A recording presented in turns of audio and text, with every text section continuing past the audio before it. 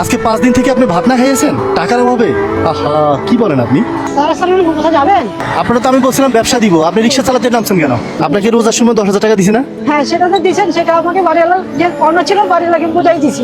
ও, বাসা ভাড়া দিয়ে দিয়েছেন পুরোটা? বাণিজ্যটা বড় কথা, আমি পুরোটাই বাড়িওয়ালাকে ধরে দিয়ে দিছি। সে কত টাকা ভাড়া মারছেন?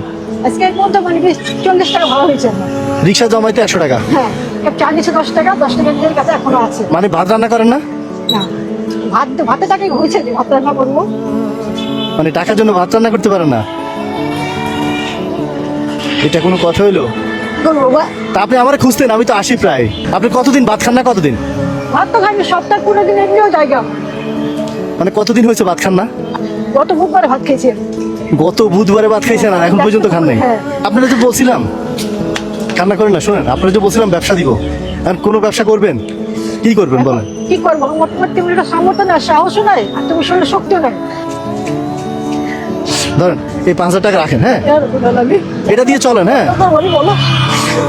শুনুন, এটা দিয়ে 1 সপ্তাহ চলেন, আমি 1 সপ্তাহের ভিতর আপনার জন্য একটা ব্যবস্থা করবো ইনশাল্লাহ। হ্যাঁ, কথা শুনুন, আপনার পাশে যদি কেউ না দাঁড়ায়, সরকারও না দাঁড়ায়, আমি ছেলে হিসাবে আপনার পাশে আছি ইনশাল্লাহ। হ্যাঁ, ইনশাআল্লাহ কবুল করে বলো, তোমার